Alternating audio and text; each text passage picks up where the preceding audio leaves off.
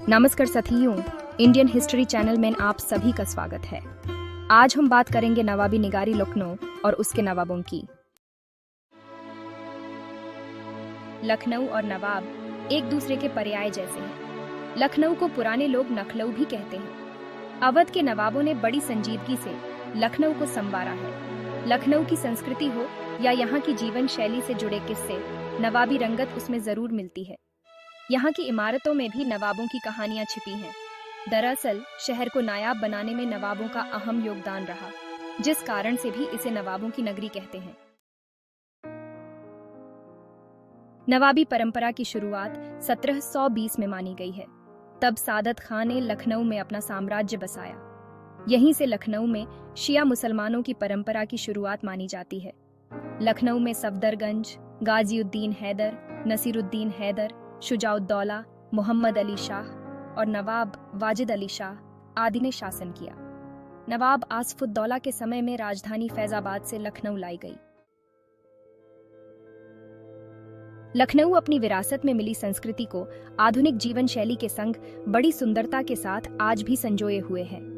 यहाँ के समाज में नवाबों के समय से ही पहले आप वाली शैली समाई हुई है। हालांकि वक्त के साथ अब बहुत कुछ बदल चुका है, लेकिन यहाँ की 1/3 जनसंख्या इस तहजीब को आज भी संभाले हुए है। इसके अलावा लखनवी पान तो यहाँ की संस्कृति का एक अभिन्न अंग है। इसके बिना तो लखनऊ अधूरा सा लगता है। सादत खान निशापुरी सी 1680 to 19 मार्च 1739, 26 जनवरी 1722 से 1739 तक अवध साम्राज्य के पहले नवाब और मोहम्मद नासिर के बेटे थे। 25 साल की उम्र में वह अपने पिता के साथ दक्कन में मराठों के खिलाफ मुगल सम्राट औरंगजेब के अंतिम अभियान में गए थे और सम्राट ने उन्हें उनकी सेवा के लिए खान बहादुर की उपाधि से सम्मानित किया था। खान की जन्मतिथि दर्ज नहीं की गई है। इतिहासकार आशीर्वादी लाल श्रीवास्तव के अनुसार खान का जन्म लगभग 1780 में हुआ था और उनका जन्म का नाम मीर मोहम्मद अमीन था। उनके पिता मीर मोहम्मद नासिर थे, जो खुरासान में एक व्यापारी थे। खान का एक बड़ा भाई मीर मोहम्मद बाकर था। उनके पूर्वजों में से एक मीर शमसुद्दीन थे, जो निशापुर में एक सैयद मोहम्मद के वंशज और काजी इस्लामी न्यायाधीश थे। वह शिया इस्लाम के 7वें इमाम मूसा अल कदीम के 21वीं पीढ़ी के वंशज थे। किसी भी इतिहासकार ने खान के शुरुआती जीवन की कोई घटना दर्ज नहीं की है। 17वीं शताब्दी के अंत में सफविद राजवंश का पतन शुरू हो गया। सुल्तान हुसैन, अंतिम सफविद सम्राट, ने अपने दरबार के कुलीनों को अलग थलग कर दिया और खान का परिवार गरीबी में सिमट गया। भारत में अपनी किस्मत आजमाने के लिए खान के पिता और बड़े भाई मुगल सम्राट बहादुर शाह प्रथम के शासनकाल के दौरान 1707 के अंत में बंगाल चले गए। वहां से वे बिहार गए, पटना में बस गए और उन्हें बंगाल के पहले नवाब मुर्शिद कुली खान ने भत्ता दिया। इस समय खान निशापुर में रहते थे। इतिहासकार कमालुद्दीन हैदर के अनुसार उनकी पत्नी अपने पिता के घर में पिछलग्गू होने के लिए उनका उपहास करती थीं। आहत होकर खान नौकरी की तलाश में भारत चले गए। इतिहासकार गुलाम अली के अनुसार वे 1708 या 1709 में पटना पहुंचे। खान एक आमिल ग्राम प्रधान के यहाँ कार्यरत थे और दिल्ली में अपने पहले वर्ष के दौरान उन्होंने गरीबी में जीवन व्यतीत किया। जुलाई 1710 में उन्हें और उनके भाई को सरबुलंद खान ने रोजगार दिया। सरबुलंद खान एक साथी फारसी और सैयद प्रयागराज में कड़ा मानिकपुर के फौजदार गैरिसन कमांडर थे और उन्होंने खान को अपना मीर मंजिल शिविर अधीक्षक बनाया था। अजीम उश शान सरबुलंद खान के नियोक्ता की हार और मृत्यु के बाद जहांदार शाह मुगल सिंहासन पर चढ़ा और सरबुलंद खान को अहमदाबाद स्थानांतरित कर दिया। नवंबर 1712 में खान उनके साथ गया। वर्ष के अंत तक खान और सरबुलंद खान के बीच संबंध खराब हो गए थे। भारी बारिश और तेज हवाओं ने खान के तंबू उड़ा दिए। खान असहमत थे और सरबुलंद खान ने उन पर हफ्त हजारी 7000 सैनिकों का स्वामी की तरह व्यवहार करने का आरोप लगाया। खान ने जवाब दिया कि यह उनके करियर की एक शुभ भविष्यवाणी थी। दिल्ली जाने और हफ्त हजारी बनने के बाद वह सरबुलंद खान की सेवा में फिर से शामिल हो जाएंगे। 12 जनवरी 1713 को फर्रुखसियर ने सैयद बंधुओं की मदद से मुगल सिंहासन पर कब्जा किया। उसके शासनकाल के दौरान खान दिल्ली पहुंचे। फर्रुखसियर के मित्र मोहम्मद जाफर के संरक्षण में खान ने 1000 घोड़े का मनसब हासिल किया और वाला शाही रेजिमेंट का कमांडर बन गया। 1716 में जाफर की मृत्यु के बाद खान शाही दरबार में किसी संरक्षक के बिना रह गया। अगले 3 वर्षों में उन्हें कोई पदोन्नति नहीं मिली। 1719 में फर्रुखशियार को सैयद बंधुओं ने पदच्युत कर दिया था। शाहजहां द्वितीय के शासनकाल के दौरान खान ने जयपुर के महाराजा जय सिंह द्वितीय के खिलाफ अपने अभियान में सैयद हसन अली खान बरहा बड़े सैयद भाई के साथ थे। खान के हुस्न ए अखलाक, शिष्टाचार की शान और सैन्य कौशल ने उन्हें छोटे सैयद भाई सैयद हुसैन अली खान का संरक्षण दिलाया। हुसैन अली खान ने उन्हें 6 अक्टूबर 1719 को वर्तमान राजस्थान के हिंडौन और बयाना का फौजदार गैरीसन कमांडर नियुक्त किया और खान ने नवंबर में कार्यभार संभाला। राजपूत और जाट जमींदार विद्रोह कर रहे थे। खान ने अधिक सैनिकों की भर्ती शुरू की। अपनी नियुक्ति के 6 महीने के भीतर कानून और व्यवस्था बहाल करने के बाद खान को सेना में 15 सदित जाट 1500 घोड़ों का कमांडर के पद पर पदोन्नत किया गया। 1719 के अंत तक निजाम उल मुल्क और सैयद बंधुओं के बीच मनमुटाव पैदा हो गया। निजाम उल मुल्क ने जून 1720 में असीरगढ़ किले में दिलावर खान, जो कि सैयद हुसैन अली खान के एजेंट थे, की हत्या कर दी और अगस्त में सैयद बंधुओं के एक रिश्तेदार सैयद आलम खान की हत्या कर दी। हुसैन अली खान ने दक्कन के पठार की ओर मार्च करने का फैसला किया और हसन अली खान दिल्ली की ओर मार्च करने के लिए सहमत हो गए। मुगल सम्राट मोहम्मद शाह ने भी आगरा से दक्कन के लिए प्रस्थान किया। शाह के यात्रा शुरू करने से कुछ दिन पहले शाही शिविर में हुसैन अली खान को मारने की साजिश रची गई थी। मुख्य साजिशकर्ता निजाम उल मुल्क के चाचा मोहम्मद अमीन खान तुरानी थे। खफी खान लिखते हैं कि फर्रुखसियर की हत्या से गुस्से के कारण खान को साजिश में शामिल होने के लिए उकसाया गया था। षड्यंत्रकारियों ने हुसैन अली खान की हत्या की योजना की रूपरेखा तैयार करने के लिए अक्सर मुलाकात की, जिसे 8 अक्टूबर 1720 को हैदर बेग दौलत ने मार डाला। अगले दिन मोहम्मद शाह ने एक शाही दरबार आयोजित किया और खान और उनके सह षड्यंत्रकारियों को पुरस्कृत किया। उन्हें सादत खान बहादुर यानी सौभाग्य का स्वामी की उपाधि दी गई और उन्हें 5000 जात और 3000 घोड़ों तक पदोन्नत किया गया।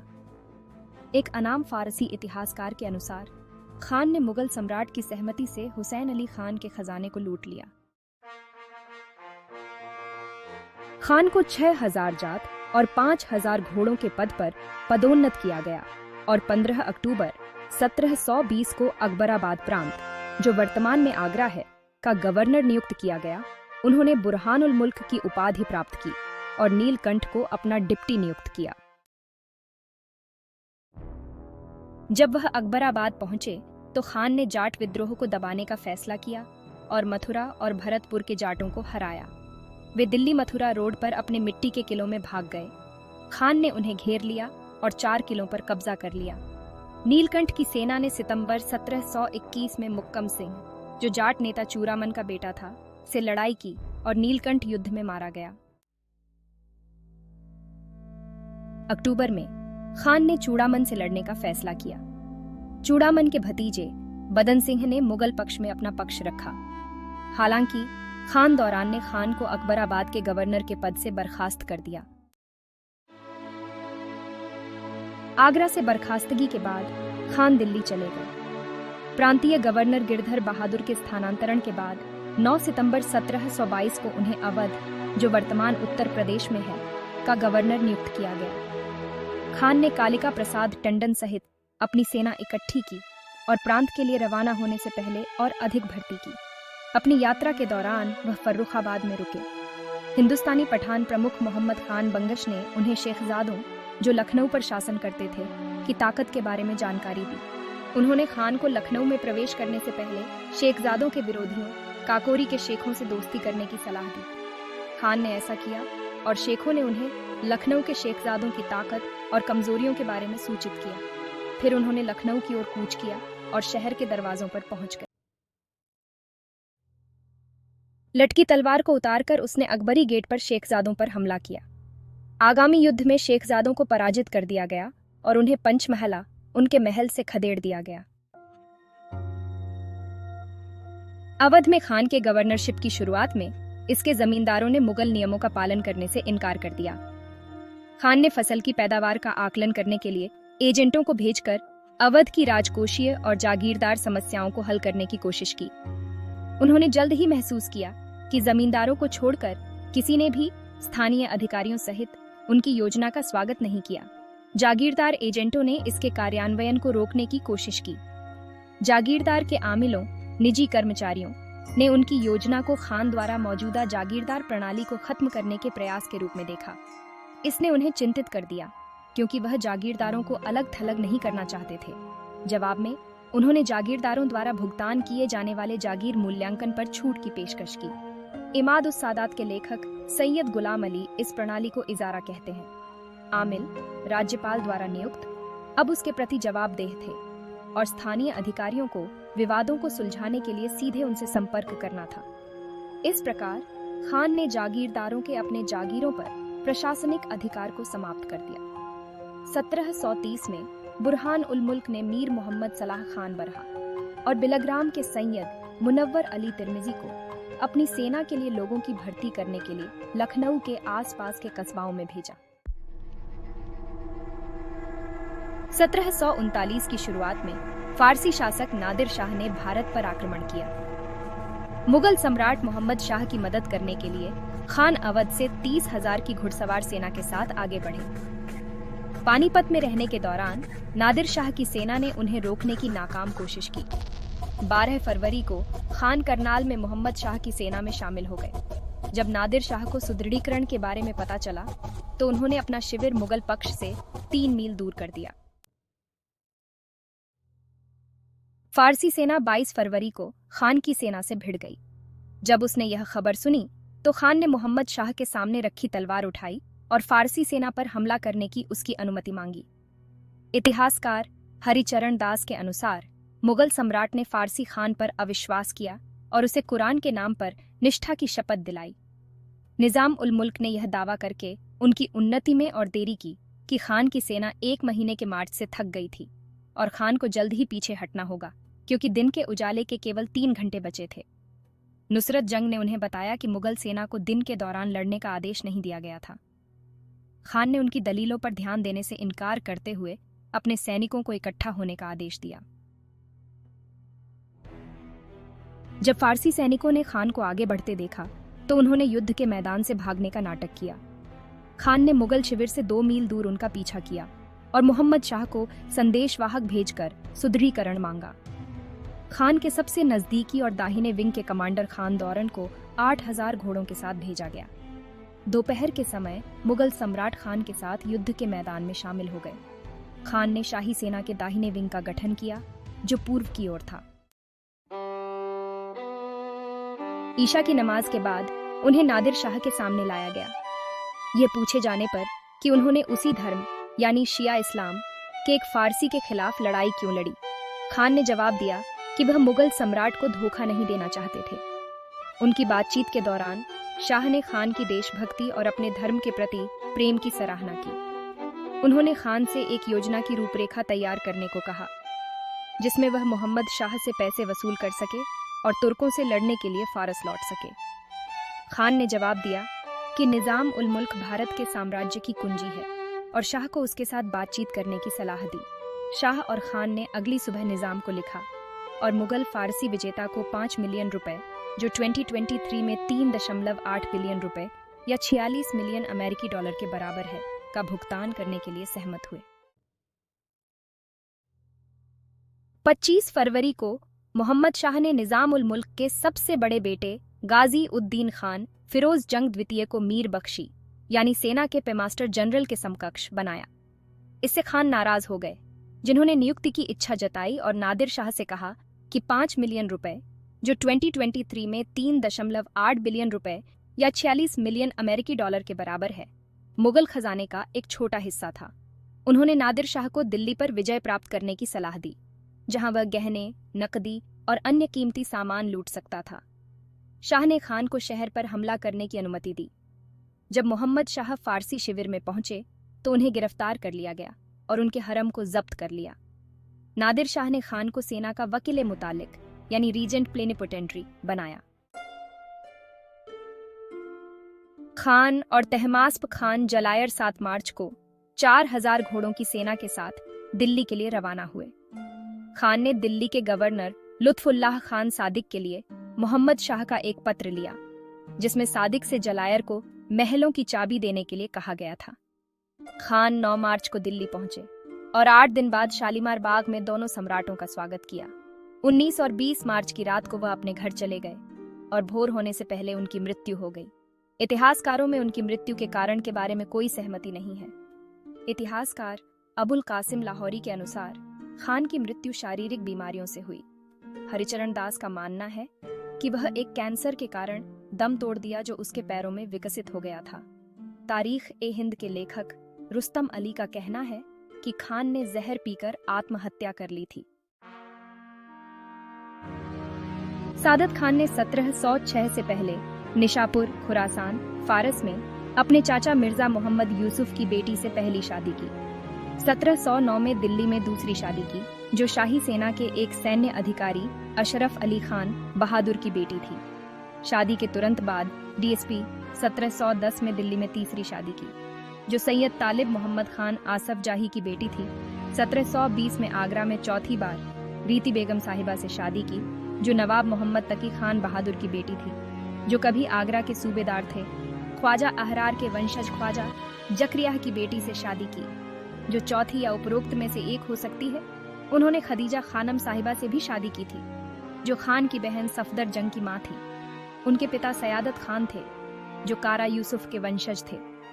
सफदर जंग ने अवध के शासक के रूप में सादत खान का स्थान लिया। इस प्रकार वाजिद अली शाह तक अवध के सभी बाद के नवाब और राजा सादत खान की बेटी के माध्यम से उनके वंशज हैं। उनके स्वर्गवास के अनंतर उनके एक पुत्र और 5 पुत्रियों की संतति शेष रही एवं मृत्युपरांत उनको दिल्ली में सयादत खान के मकबरे में दफनाया गया। सादत अली खान प्रथम के बाद अवध यानी लखनऊ के दूसरे नवाब सफदर जंग थे। यह दिल्ली के मुगल बादशाह अहमद शाह बहादुर के शक्तिशाली वजीर आजम थे। इन्होंने सन 1748 से लेकर 1753 तक कार्य किया था। यह अवध के सबसे शक्तिशाली और शाही नवाब थे, जिनका मकबरा आज भी दिल्ली में मौजूद है और यह सफदरजंग मकबरे के नाम से मशहूर है। इसके नवाब शुजादुल्लाह ने 1754 में बनवाया था। मंसूर अली खान, जो इतिहास में सफदरजंग के नाम से जाने जाते हैं, एक कुलीन वंश के प्रतिभाशाली सदस्य के रूप में उभरे, जो अपने पूर्ववर्ती नवाब सादत अली के भतीजे और दामाद थे। अपने सुविख्यात चाचा की बुद्धिमत्ता का अनुकरण करते हुए मंसूर अली ने सम्राट की कृपा दृष्टि प्राप्त करने के लिए अथक प्रयास किया एवं इस प्रकार उनका सहयोग प्राप्त कर अपने पूर्ववर्ती नवाबों की आकांक्षाओं को पार कर लिया। दिल्ली के सम्राट के वजीर के रूप में उनकी पदोन्नति उनके जीवन वृत्त का एक निर्णायक क्षण था, जिसने उनके सुविख्यात चाचा की महत्वाकांक्षाओं, जो वे स्वयं पूर्ण न कर सके थे, को उनके माध्यम से अग्रसारित किया। 1748 में दिल्ली में अहमद शाह बहादुर 1748 से 1754 के सिंहासन रूढ़ होने पर सफदरजंग की राजनीतिक चातुर्य और समर्पण को वजीर उल ममालिक ए हिंदुस्तान अथवा हिंदुस्तान के प्रधानमंत्री के पद से अलंकृत किया गया। इस प्रतिष्ठापूर्ण नियुक्ति ने उन्हें एक दूरदर्शी नेता के रूप में स्थापित कर उनकी प्रतिष्ठा को और मजबूत किया, जिसे अजमेर के गवर्नर और नारनौल के फौजदार के रूप में उनकी नियुक्ति से और भी बढ़ाया गया। हालांकि दरबार की राजनीति का कपटपूर्ण प्रवाह अंततः उनके पतन का कारण बने, जिसके परिणाम स्वरूप उन्हें 1753 में बर्खास्त कर दिया गया। तथापि उसी वर्ष दिसंबर में अवध लौटकर उन्होंने फैजाबाद को अपना सैन्य मुख्यालय और प्रशासनिक राजधानी बनाया, जहां उन्होंने अपनी अकाल मृत्यु तक निवास किया। अक्टूबर 1754 में फैजाबाद के पास सुल्तानपुर में 46 वर्ष की आयु में उनका स्वर्गवास हुआ। सफदरजंग का उल्लेखनीय कार्यकाल, जो विशिष्टता और त्रासदी दोनों से चिह्नित था, 18वीं सदी की भारतीय राजनीति की जटिलताओं का प्रमाण है। दिल्ली के भव्य शहर में एक शानदार मकबरा सफदरजंग की स्मृति को एक चिन्ह के रूप में खड़ा है। इसकी दीवारें लाल बलुआ पत्थर के गर्म सुनहरे रंगों और संगमरमर से बनी है। यह वास्तुशिल्पीय उत्कृष्टता अष्टभुजी डिजाइन का अद्भुत उदाहरण है, जिसमें अष्टभुजाकाश कक्ष हस्तबिहिस्त केंद्रीय गर्भगृह के चारों ओर व्यवस्थित है, जो एक ऊंचे गुंबद के नीचे स्थित है। इसकी दीवारों के बाहर एक हरित उद्यान खुलता है, इस भव्य मकबरे और उद्यान परिसर का निर्माण, जो तत्कालीन मुगल वंश के दौरान गया था, एक ऐसे युग में सम्राटों की विलुप्त होती महिमा को मार्मिक रूप से प्रतिबिंबित करता है, जिसमें वैभव समाप्ति के और अग्रसर था। सफदरजंग की वंशावली की उत्तराधिकारिता उनके पुत्र शुजा-उद-दौला पर आ गई, जो एक उत्कृष्ट व्यक्तित्व धारित करते थे, जिनमें असाधारण शारीरिक शक्ति, सैन्य चातुर्य और मोहनी मूर्ति थी। हालांकि इन आनुषंगिक वरदानों के बावजूद तीसरे नवाब ने अपने पूर्ववर्ती नवाबों की कठिनाई से प्राप्त उपलब्धियों को सहेजने में वांछित संतुलन बनाए रखा, जिससे इतालवी कहावत अभिमान का अंत अवनति है को सच साबित किया। शुजा-उद-दौला का शासन एक साहसिक कार्यकाल के रूप में चिह्नित था, क्योंकि उन्होंने मुगल शासकों की क्षीण होती सत्ता से सुविधाजनक क्षण का लाभ उठाकर अनुग्रह प्राप्त किया। ऐतिहासिक अभिलेखों में उन्हें लगभग 7 फीट लंबे एक विशाल व्यक्ति के रूप में वर्णित किया गया है, जिनकी तेल से चिकनी मूंछें उनके चेहरे से बाहर निकलती हुई बाज के पंखों की तरह लगती थीं, जो उनकी असाधारण शारीरिक शक्ति को दर्शाती थीं। हालांकि 1763 तक वह अपने यौवन काल को पार कर चुके थे, तथापि उन्हें तब भी उत्कृष्ट शक्ति के प्रदर्शन के कारनामों के लिए जाना जाता था, जैसे कि एक ही तलवार के वार से भैंस का सिर काटना अथवा एक हाथ में 2 पुरुषों को उठा लेना। परंतु उनकी त्रुटियां, जैसा कि 18वीं सदी के इतिहासकार गुलाम हुसैन खान ने उल्लेख किया है, जिन्होंने उन्हें समान रूप से गर्वित और अज्ञानी कहा, ने उनकी उल्लेखनीय शक्ति और साहस को संतुलित किया। शुजा-उद-दौला का शाह आलम के साथ ब्रिटिश शासन के खिलाफ गठबंधन बंगाल के निर्वासित गवर्नर मीर कासिम के समर्थन में पटना और बक्सर में अपमानजनक हार में समाप्त हुआ, जिससे उन्हें बरेली की ओर पलायन करना पड़ा। जबकि शाह आलम ने अंग्रेजों के साथ संगठित होकर उनकी छत्र छाया में जीवन वितरण करने का निश्चय किया, जो उनकी राजनीतिक दुर्बलता का प्रतीक था। तथापि शुजा-उद-दौला के भाग्य में अभी भी कुछ संचित था। लॉर्ड क्लाइव के साथ एक भेंटवार्ता के क्रम में उन्हें युद्ध व्यय के सापेक्ष क्षतिपूर्ति का भुगतान कर सूबेदारी का पुनर्धारण प्राप्त हुआ। इस प्रकार शुजा-उद-दौला के माध्यम से अवध ब्रिटिश प्रभाव के विस्तार के दायरे में बढ़ता गया। शुजा-उद-दौला के शासनकाल में फैजाबाद उनके निवास का प्रमुख केंद्र था। यद्यपि उनके कार्यकाल के उत्तरार्ध में उन्होंने लखनऊ में अधिक समय व्यतीत किया, जिसे उन्होंने अपनी सुविधा के लिए उपयुक्त स्थान माना। उनका मकबरा, जो गुलाब बारी, फैजाबाद, अयोध्या में अवस्थित है, उनकी शाश्वत विरासत का साक्ष्य है। आसफ-उद-दौला 23 सितंबर 1748 से 21 सितंबर 1797, 1775 से 1797 के बीच शुजा-उद-दौला के बेटे थे। उनकी मां और दादी अवध की बेगमें थीं। अवध की लूट ही वॉरेन हेस्टिंग्स के खिलाफ इल्जामों में से प्रमुख था। शुजा-उद-दौला जब मरे तो उन्होंने अपने जनाने में 20 लाख पाउंड स्टर्लिंग दफनाए हुए छोड़े हुए थे। मृत राजकुमार की विधवा व उनकी मां ने इस एक ऐसी वसीयत के आधार पर पूरे खजाने की मालिकियत का दावा किया, जो कभी सामने आई ही नहीं। जब वॉरेन हेस्टिंग्स ने नवाब से ब्रिटिश ईस्ट इंडिया कंपनी को बकाया रकम की मांग की, तो उन्होंने अपनी मां से 26 लाख रुपए का उधार मांगा और इसके एवज में उन्होंने उनको इसके 4 गुना दाम की जागीर दी। इसके बाद पूर्ण रिहाई के एवज में 30 लाख और प्राप्त किए। साथ ही जागीरों में आजीवन कंपनी द्वारा कोई हस्तक्षेप न होने का वादा भी किया गया। बाद में बेगम का चाय सिंह के विद्रोह में सहयोग देने के आरोप में ये जागीरें जब्त कर ली गईं। बाद में इस सहयोग का दस्तावेजी प्रमाण भी मिला। अभी मिले प्रमाणों से यह प्रतीत होता है कि वॉरेन हेस्टिंग्स ने नवाब को अपनी अक्षमताओं से बचाने की पूरी कोशिश की थी और वे बेगमों के प्रति भी काफी नरम थे। जोहान जोफनी द्वारा कर्नल मोरदुआंत की मुर्गों की लड़ाई यहाँ असफ-उद-दौला चित्र के केंद्र में है। उस समय अवध को भारत का अन्न भंडार माना जाता था, जो कि दोआब कहलाए जाने वाले गंगा नदी और यमुना नदी के बीच की उपजाऊ जमीन के क्षेत्र पर नियंत्रण करने के लिए कूटनीतिक दृष्टि से बहुत महत्वपूर्ण था।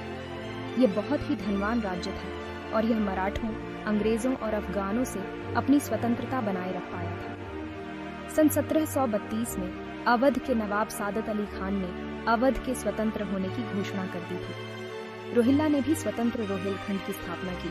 रोहिल्लों का राज्य सन 1774 तक चला, जब तक कि अवध के नवाब ने अंग्रेजों की ईस्ट इंडिया कंपनी की मदद से उन्हें हरा नहीं दिया। आसफ-उद-दौला के पिता अवध के तीसरे नवाब शुजाउद्दौला ने बंगाल के बागी नवाब मीर कासिम के साथ मिलकर अंग्रेजों के खिलाफ संधि कर ली थी, जिसके कारण अंग्रेज नवाब शुजाउद्दौला के विरोधी हो गए थे। 1777 में वे अवध की राजधानी फैजाबाद से लखनऊ ले गए और वहां उन्होंने बड़ा इमामबाड़ा सहित कई इमारतें बनवाईं। नवाब आसफउद्दौला को लखनऊ का मुख्य वास्तुशिल्पी माना जाता है। मुगल वास्तुशिल्प से भी अधिक चकाचौंध की चाहत में उन्होंने कई इमारतें बनवाईं और लखनऊ शहर को वास्तुशिल्प का एक अनोखा नमूना बना दिया। इनमें से कई इमारतें आज भी मौजूद हैं। इनमें मशहूर आसफी इमामबाड़ा शामिल है, जहां आज भी सैलानी आते हैं, और लखनऊ शहर का कैसर बाग इलाका, जहां हजारों लोग प्राचीन नवीनीकृत इमारतों में रहते हैं। बड़ा इमामबाड़ा लखनऊ आसफउद्दौला द्वारा निर्मित। आसफी इमामबाड़ा एक मशहूर गुंबददार इमारत है जिसके चारों ओर सुंदर बाग हैं। 1784 के अकाल में रोजगार उत्पन्न करने के लिए नवाब ने एक खैराती परियोजना के तौर पर इसे शुरू किया था। इस अकाल में रईसों के पास भी पैसे खत्म हो गए थे। कहा जाता है कि नवाब आसफ ने इस परियोजना में 20,000 से ज्यादा लोगों को काम दिया। यह न मस्जिद था न कब्रगाह। नवाब की उच्च वर्ग की इज्जत के बारे में ख्याल रखने की भावना के बारे में अंदाजा इमामबाड़ा बनाने से जुड़ी कहानी से लगाया जा सकता है। दिन के समय परियोजना में लगी आम जनता इमारतें बनाती। हर चौथे दिन की रात में रईस व उच्च वर्ग के लोगों को गुपचुप बने हुए ढांचे को तोड़ने का काम दिया जाता था और इसके एवज में उन्हें पैसे दिए जाते। इस प्रकार उनकी इज्जत बरकरार रखी गई। नवाब अपनी दरियादिली के लिए इतने मशहूर हुए कि आज भी लखनऊ में एक जानी मानी कहावत है कि जिसको ना दे मौला उसको दे आसफउद्दौला। आसफउद्दौला का जीवन 51 वर्ष की आयु में 21 सितंबर 1797 को जलोदर रोग की जटिलताओं के कारण समाप्त हो गया। उस वर्ष के पूर्वार्ध में सर जॉन शोर द्वारा उनके प्रिय मंत्री राजा झाऊलाल की बर्खास्तगी ने उन्हें निराशावादी बना दिया था, जिसके परिणाम स्वरूप उन्होंने चिकित्सा उपचार से इनकार कर दिया था।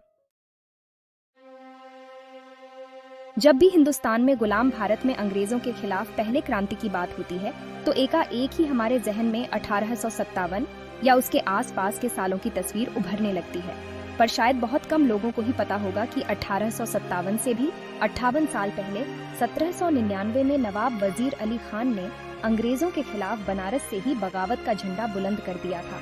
हालांकि इतिहास के साथ हुए छेड़छाड़ से ये तारीख हमारी आने वाली नस्लों को शायद ही पढ़ने को मिले या जानबूझ के इसे इतिहास के पन्नों से मिटा दिया गया है। पर उन शहीदों के खून के कतरे और कुछ खुददार लोग इसे कुर्बानी को आज तक याद किए हुए हैं। इस बगावत की शुरुआत होती है 21 जनवरी 1799 से, जब अंग्रेजों ने नवाब आसफउद्दौला के दत्तक पुत्र नवाब वजीर अली खान पर धोखे का इल्जाम लगाकर उन्हें गद्दी से हटाकर बनारस भेज दिया। वजीर अली के जगह पर उनके चाचा सादत अली खान को अवध का अगला नवाब चुना गया और वजीर अली को रामनगर में नजरबंद कर दिया गया। उन्हें अंग्रेज पेंशन के तौर पे 1.5 लाख रुपये सालाना दिया जाता रहा तथा तत्कालीन governor general sir John Shore ने हुक्म दिया कि वजीर अली को कहीं घूमने या किसी से मिलने से न रोका जाए। 18 साल की उम्र में ही झूठे इल्जाम के बुनियाद पर तख्त छीन जाने के बुनियाद पे वजीर अली को अंग्रेजों से नफरत हो गई थी और उन्होंने अंग्रेजों के खिलाफ बगावत करने का मन ही मन कसम खाई। इस बीच अंग्रेजों का अगला हुक्म आया, जिसमें उन्हें बनारस से ब्रिटिश मुख्यालय कोलकाता भेजने को कहा गया। इस बात ने वजीर अली की नफरत के आग को और भड़का दी और उन्होंने अपने वफादार सिपह सालारों इज्जत अली और वारिस अली को बुलावा भेजा और गुपचुप तरीके से 200 सिपाहियों का लश्कर भी तैयार कर लिया। 14 जनवरी 1799 को इस जंग का आगाज हो गया। वजीर अली ने खुद को बनारस से हटाने के फैसले के खिलाफ तत्कालीन कमांडर जॉर्ज फ्रेडरिक चेरी से मिलने की ख्वाहिश जाहिर की। इस पर चेरी ने हामी भर दी। वजीर अली अपने सिपाह सालार इज्जत अली और वारिस अली के साथ चेरी के मिंट हाउस स्थित घर पे अपने लाव लश्कर के साथ पहुंचे। बातचीत के दौरान उन्होंने हमला बोल दिया। नवाब की फौज जो पहले से तैयार थी, उसने कमांडर कैंप को घेर कर संतरियों को कब्जे में ले लिया। बागियों ने commander Cherry, captain Conway, Robert Graham, captain Greg Evans सहित 7 अंग्रेज सिपाहियों को मौत के घाट उतार दिया। सिर पर खून इस कदर सवार था कि बागियों ने उस पूरे कैंप का ही सफाया करने की ठान ली। कमांडर के घर से कुछ दूर नदेसर क्षेत्र में तत्कालीन मजिस्ट्रेट एम डेविस का घर था। बागियों ने यहाँ भी हमला कर दिया और कई संतरियों को मार डाला। पत्नी, बच्चों और 2 नौकरों को डेविस ने छत पे छिपा दिया और बागियों से लड़ने के लिए खुद बाहर आ गया। छत पर जाने वाले सीढ़ी के पीछे बैठकर डेविस ने बागियों को काफी देर तक रोके रखा। ब्रिटिश के बगावत की खबर आग की तरह फैल गई और मजिस्ट्रेट को बचाने के लिए ब्रिटिश फौज नदेसर पहुंच गई। हालांकि फिर बागियों को पीछे हटना पड़ा और इन वक्तों में नवाब के साथ और भी हजारों बागी जुड़ गए। नवाब के बगावत को कुचलने के लिए कोलकाता से जनरल अर्स्किन को फौज लेकर बनारस आना पड़ गया। अर्स्किन के भारी फौज के आगे बागी टिक नहीं पाए। सैकड़ों लोग मारे गए। बचने का कोई रास्ता न देख सबने आपसी सहमति से वहां से निकल जाने की योजना बनाई। वजीर अली भी जान बचाते बचाते राजस्थान के बुटवल पहुंचे। तब जयपुर के तत्कालीन अंग्रेज परस्त राजा ने उन्हें अपने यहाँ ठहरने की अनुमति दावत दी। नवाब के साथ धोखा करके उसने 1799 में वजीर अली को अंग्रेजों के हवाले कर दिया। अंग्रेजों ने वजीर अली को कोलकाता के फोर्ट विलियम जेल भेज दिया। 17 साल जेल में गुजारने के बाद 1817 में नवाब की जेल में ही मौत हो गई। पश्चिम बंगाल के कैसिया बागान में आज भी वजीर अली की कब्र मौजूद है। 1798 में वजीर अली के निष्कासन के बाद असूफ उद दौला के भाई सादत अली खान अवध के सिंहासन पर आरोहित हुए, जिसने 16 वर्षों के शासनकाल की शुरुआत की, जिसने उन्हें सबसे बुद्धिमान और विवेकवान शासक होने का गौरव प्राप्त कराया। नवाब शुजा उद दौला के दूसरे पुत्र के रूप में जन्मे सादत अली खान को 21 जनवरी 1798 को लखनऊ के बिबियापुर महल में सर जॉन शोर और गवर्नर जनरल मार्क्वेस वेलेस्ली ऑनफ नोरोह की उपस्थिति में ताज पहनाया गया था। जैसा कि इतिहासकार सर विलियम स्लीमैन ने अपनी पुस्तक a journey through the kingdom of Awadh में लिखा है, सादत अली खान एक महान विवेक और क्षमता से सुसज्जित शासक थे और उनके शासनकाल को बुद्धिमत्ता और हितकारी उपाय सृजित किए जाने से चिह्नित किया गया था।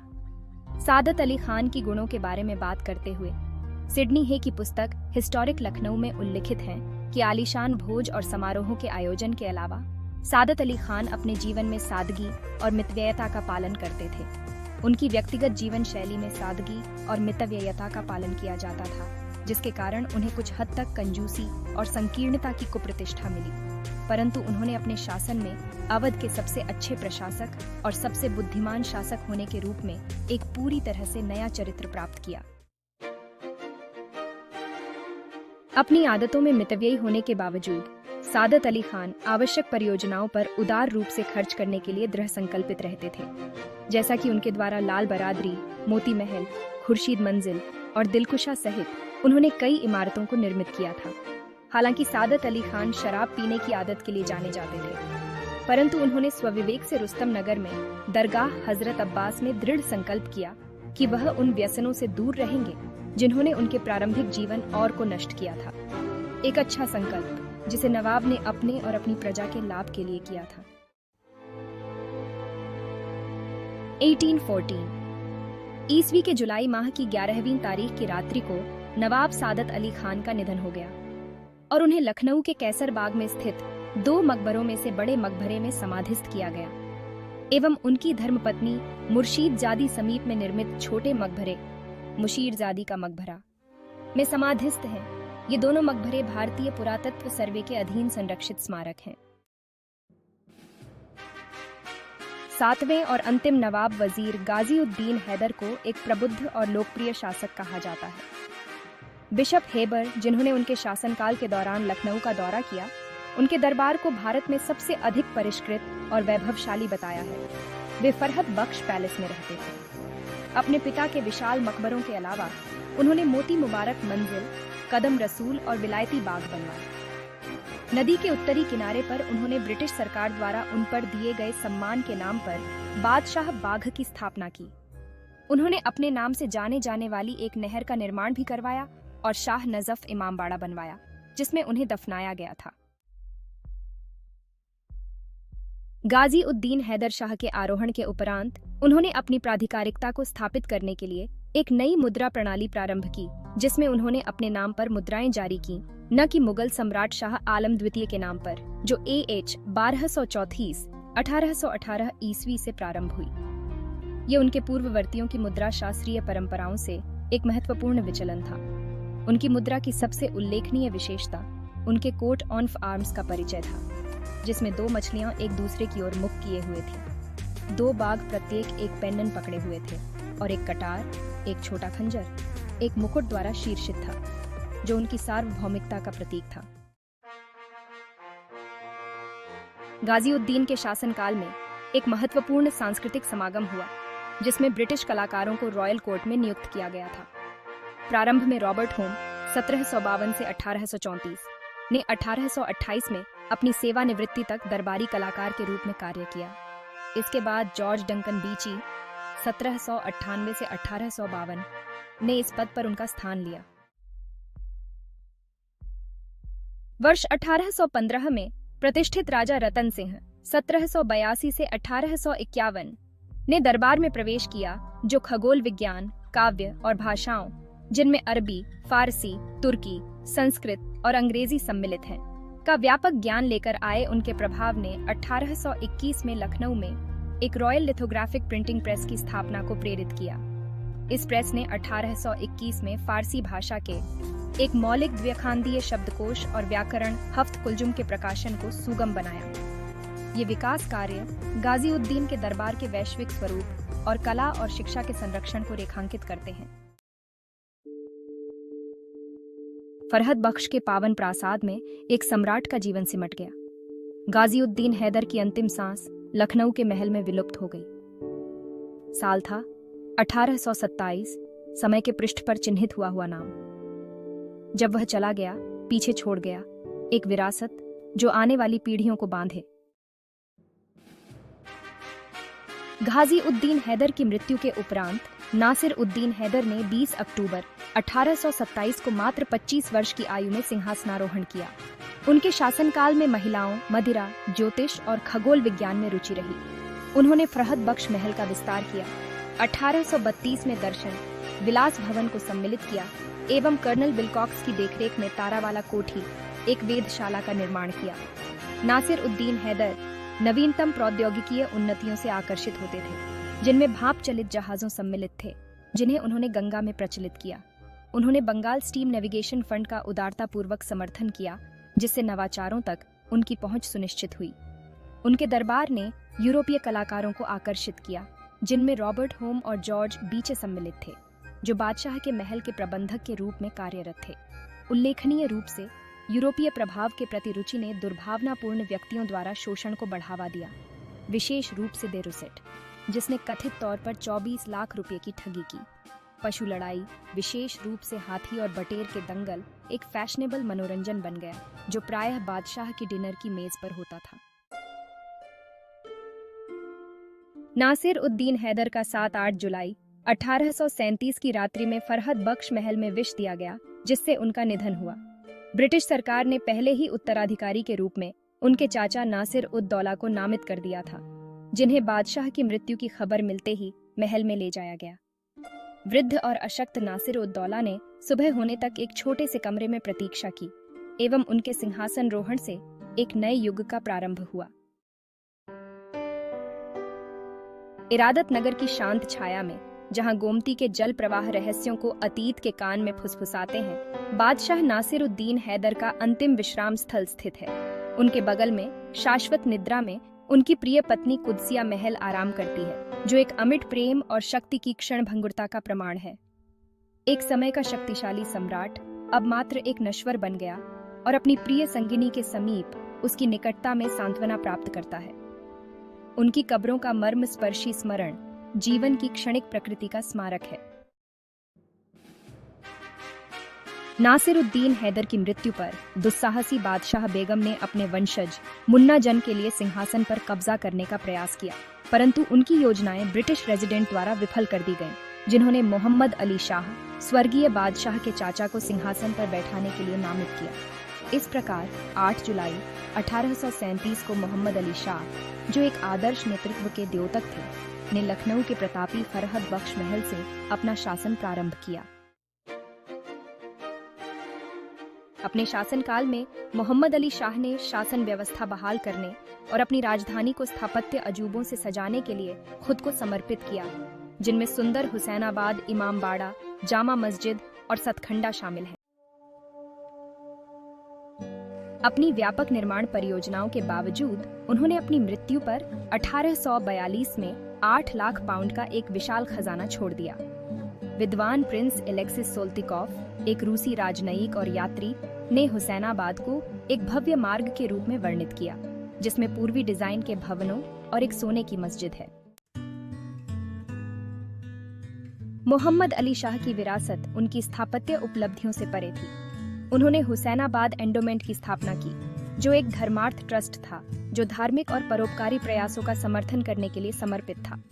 यह एंडोमेंट, जिसमें एक महत्वपूर्ण राशि शामिल थी, सरकार को सौंप दी गई थी, जो ट्रस्ट की देखभाल करती है और पूर्ववर्ती बादशाहों द्वारा निर्दिष्ट धर्मार्थ कार्यों को सुनिश्चित कराती है।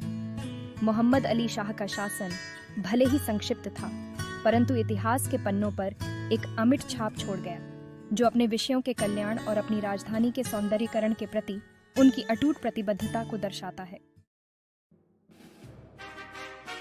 इतिहास के पृष्ठों में अमजद अली शाह का शासन यद्यपि संक्षिप्त था, तथापि उनके वंश की अमिट विरासत के रूप में प्रकाशमान होता है। अपने पिता की तरह उन्होंने केवल 5 वर्षों तक शासन किया, फिर भी उनका लखनऊ शहर पर अमिट प्रभाव है। अपने शासन की परंपराओं के प्रति एक दृढ़ अनुयायी, वे स्थापत्य प्रयासों में जीवन पर्यंत सम्मिलित रहे, जिसने शहर के परिदृश्य पर एक अमिट छाप छोड़ी। उनकी महाकृति इमामबाड़ा सिप्तैनाबाद, पूर्ववर्ती दिल्ली और लंदन बैंक के सामने स्थित एक भव्य मकबरा, उनके अस्तित्व का एक मर्मस्पर्शी अनुस्मारक है। आयरन ब्रिज, इमामबाड़ा सिप्तैनाबाद और कानपुर और हजरतगंज के लिए पक्की सड़क उनकी दूरदर्शिता की साक्षी है।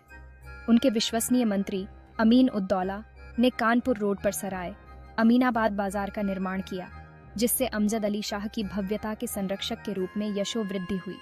उनके भक्तिभाव ने उन्हें हजरत की प्रतिष्ठित उपाधि से अलंकृत किया और उनके शाश्वत विश्राम का स्थान हजरतगंज उनके नाम पर है, जो इस भ्रम को दूर करता है कि यह स्थान बेगम हजरत महल के नाम पर रखा गया था। प्रशियन अधिकारी वॉन ऑर्लिक, जो ब्रिटिश सेना में शामिल हुए थे, को फरहद बख्श में बादशाह के साथ भेंट का अवसर दिया गया, जहां उन्होंने अमजद अली शाह का ऐसा भव्य रूप देखा, जो वैभवशाली हरे रेशम, लाल रेशम पजामा और सोने के कढ़े हुए जूतों से सुसज्जित था। उनका चेहरा अमूल्य रत्नों से जगमगाता था। अमजद अली शाह का भव्य पोशाक के लिए रुझान अच्छी तरह से प्रलेखित है, जिसमें उनके गले में 4 मूल्यवान हार और उनके ताज पर एक भव्य मछारंग है, जो रत्नों से सज्जित है। उनके महल में एक समर्पित मेज थी, जिस पर एक शीर्ष पोशाक की सुसज्जित श्रृंखला थी, जिसे वह बार बार बदलने कर आनंद लेते थे। उनका जीवन यद्यपि क्षणिक था, तथापि अपने लोगों और कला के प्रति उनकी अटूट प्रतिबद्धता का प्रमाण है। अमजद अली शाह 13 फरवरी 1847 को 47 वर्ष की आयु में कैंसर से जूझते हुए चल बसे। उन्होंने एक ऐसी अमिट विरासत छोड़ी, जो आज भी प्रेरणा देती है। उनका अंतिम विश्राम स्थल इमामबाड़ा सिप्तैनाबाद संरक्षण प्रेमी अधिवक्ता मोहम्मद हैदर रिजवी और उनकी टीम द्वारा भारतीय पुरातत्व सर्वेक्षण के सहयोग से पुनर्जीवित किया गया है, जो वर्ष 1919 से भारतीय पुरातत्व सर्वे के अंतर्गत एक संरक्षित स्मारक के रूप में सूचीबद्ध है, जो इसकी सुरक्षा को सुनिश्चित करता है। वाजिद अली शाह, अवध के अंतिम नवाब बादशाह, 14 फरवरी 1847 ईस्वी को सिंहासन पर महानता और सांस्कृतिक पुनर्जागरण के वादे के साथ आसीन हुए।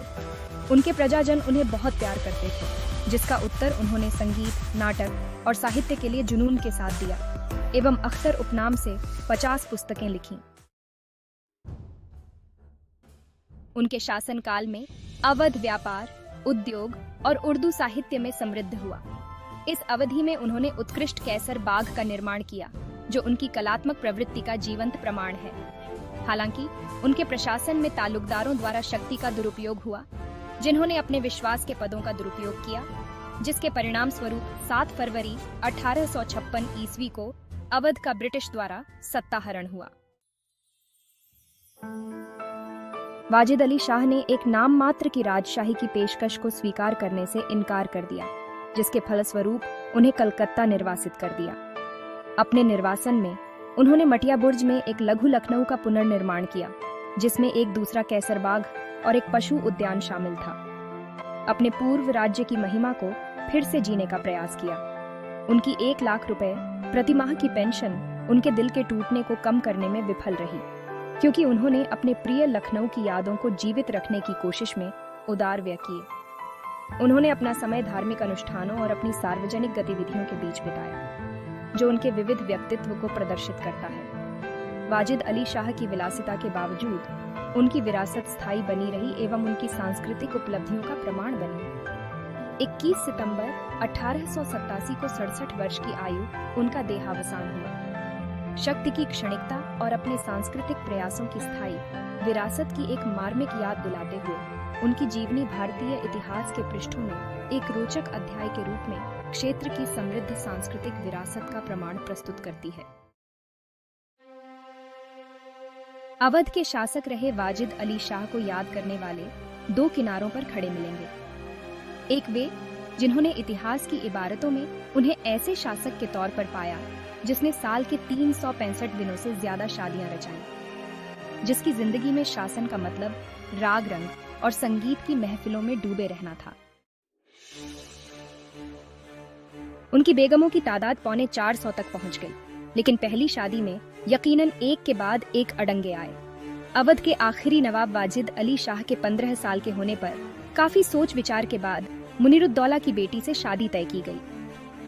पर यह शादी उनसे नहीं बल्कि छोटे भाई मिर्जा सिकंदर हशमत बहादुर से हुई दूसरा रिश्ता सैफुद्दौला की बेटी से तय हुआ, लेकिन यह शादी भी मुमकिन नहीं हुई। तीसरी रिश्ते की एक चाची की बेटी से बात आगे बढ़ी, लेकिन फिर पता चला कि लड़की के कोड है। चौथा रिश्ता शादी में बदला। नवाब अली नक्की खां की बेटी हालांकि वाजिद अली से 5 साल बड़ी थी। यहाँ बात बनी इस शादी में भी रुकावट हुई। शादी की तय तारीख के दौरान वाजिद अली के चाचा तो उधर होने वाली बीवी की चाची का निधन हो गया। नवाब को शादी के लिए अगले 2 महीने इंतजार करना पड़ा।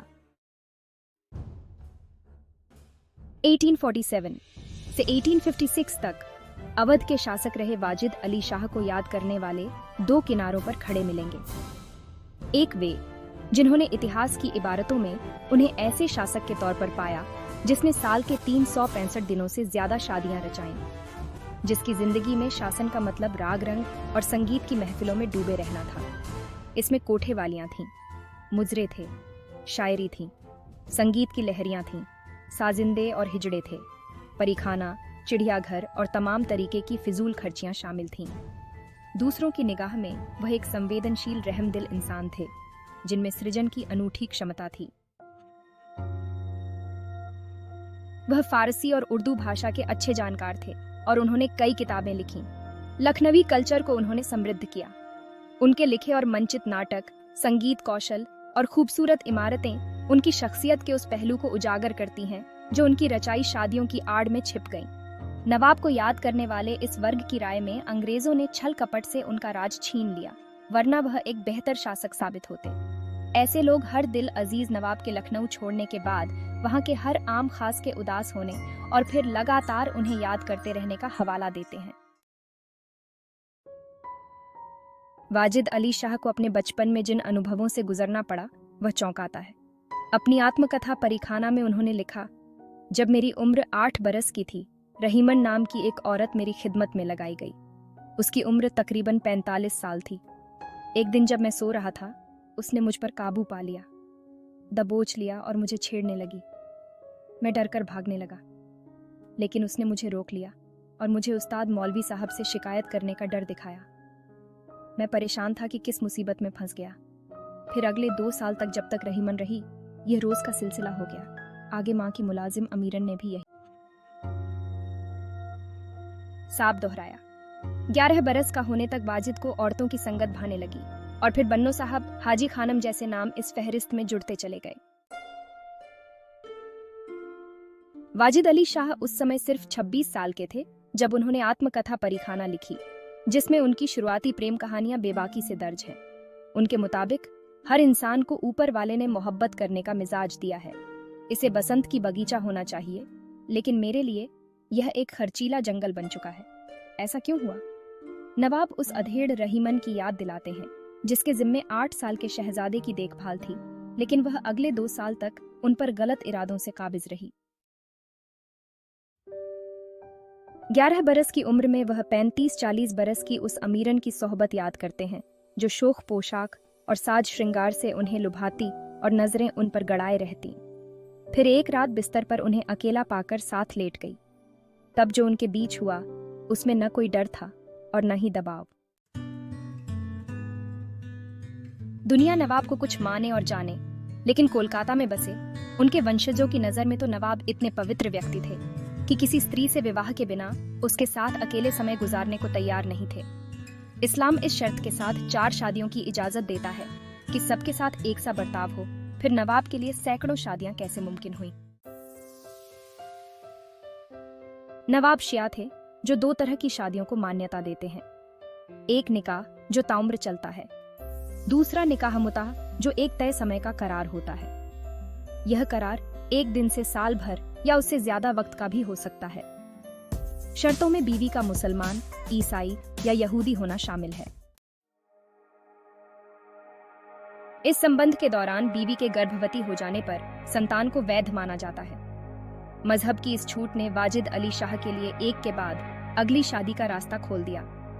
लखनऊ से निर्वासन और कोलकाता की अपनी 3 दशक की रहाइश के दौरान नवाब और अंग्रेज हाकिमों के बीच मुताह रिश्ते की बीवियों से हुए करार के वक्त बीतने को लेकर बराबर कशमकश और खतो किताबत चलती रही। नवाब की पहली बीवी खास महल ऊंचे खानदान से थी। नवाब की तरह शायरी भी करती थीं। आलम उनका तखल्लुस था और लखनऊ का आलम बाग उन्हीं की याद दिलाता है। पर चंद महीने गुजरने के साथ नवाब की आंखें नए रिश्तों की तलाश में थीं।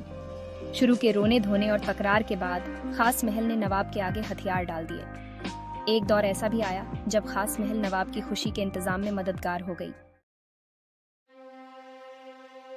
इस बीच शाही खानदान, चकलेदार, जमींदारों, ताल्लुकेदार घरानों की बेटियां अगर उनकी जीनत बनी तो तमाम मामलों में नवाब कभी किसी ब्याहता तो किसी तरकारी वाली और कई कोठे वालियों पर भी रीझे अफ्रीकन मूल की घुंघराले बालों वाली काली लड़कियां उनकी बीवी भी बनी और निजी सुरक्षा दस्ते भी शामिल की गईं। बीवियों की इस भीड़ में खींचतान, टकराव, बेवफाई, पर्दे से बाहर आने की जिद के किस्सों का सिलसिला है।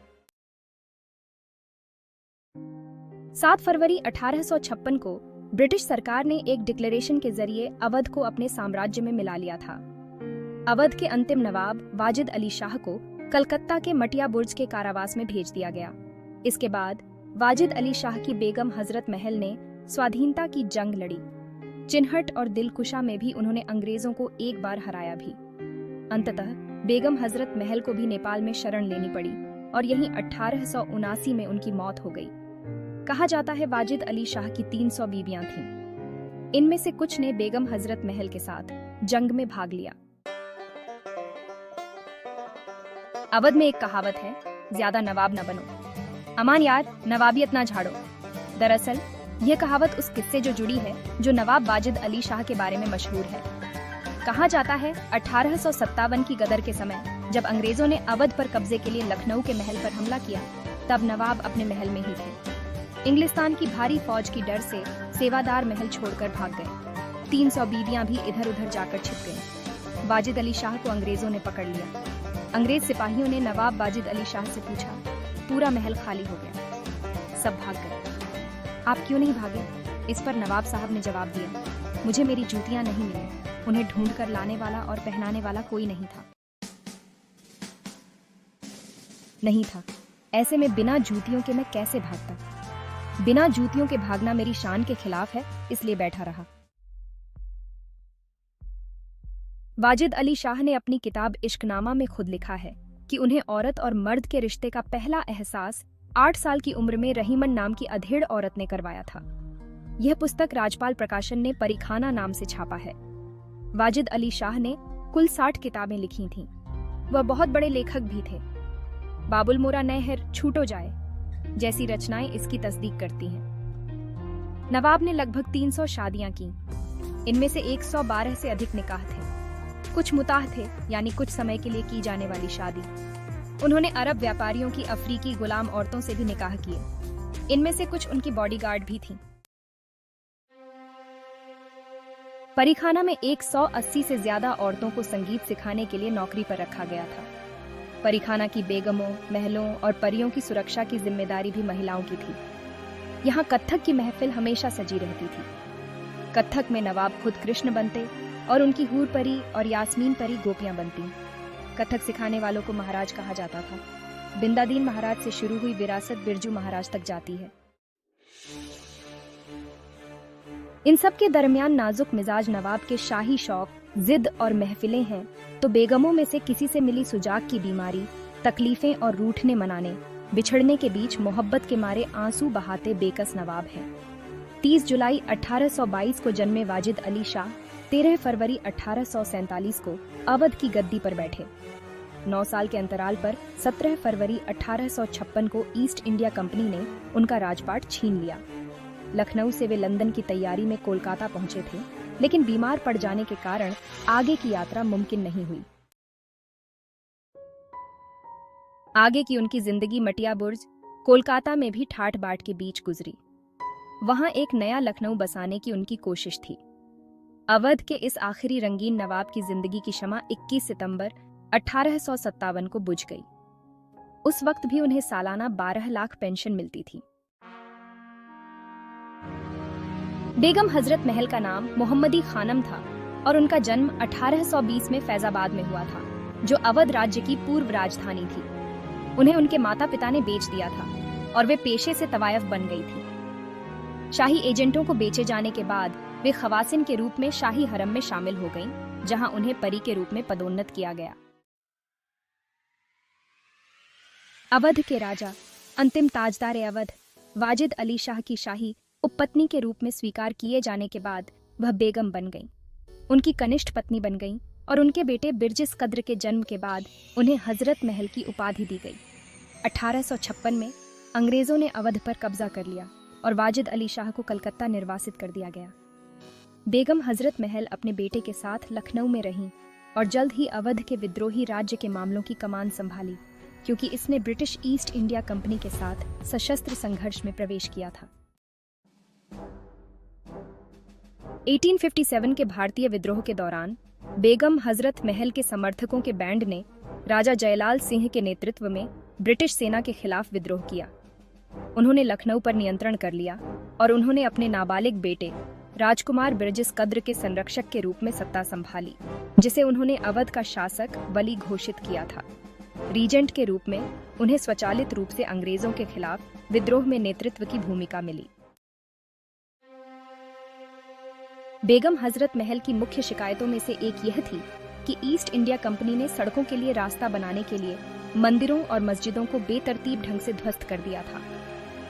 विद्रोह के अंतिम दिनों के दौरान जारी एक घोषणा में उन्होंने पूजा की स्वतंत्रता की अनुमति देने के ब्रिटिश दावे का मजाक उड़ाया। हजरत महल ने नाना साहब के साथ मिलकर काम किया, लेकिन बाद में शाहजहांपुर पर हमले में फैजाबाद के मौलवी के साथ शामिल हो गईं। जब ब्रिटिश सेना ने लखनऊ और अवध के अधिकांश हिस्से पर फिर से कब्जा कर लिया, तो उन्हें पीछे हटने के लिए मजबूर होना पड़ा। अंततः उन्हें नेपाल वापस जाना पड़ा, जहां उन्हें शुरू में राणा प्रधानमंत्री जंग बहादुर द्वारा शरण देने से इनकार कर दिया गया था, लेकिन बाद में उन्हें रहने की अनुमति दी गई। 1879 में उनकी मृत्यु हो गई और उन्हें काठमांडू की जामा मस्जिद के प्रांगण में एक अनाम कब्र में दफनाया गया। उनकी मृत्यु के बाद महारानी विक्टोरिया की जयंती 1887 के अवसर पर ब्रिटिश सरकार ने बिरजिस कद्र को माफ कर दिया और उन्हें घर लौटने की अनुमति दी गई। दोस्तों, अगर हमारे द्वारा बताई गई जानकारी अच्छी लगी हो तो वीडियो को लाइक करें और चैनल को सब्सक्राइब करके बेल बटन दबा दें।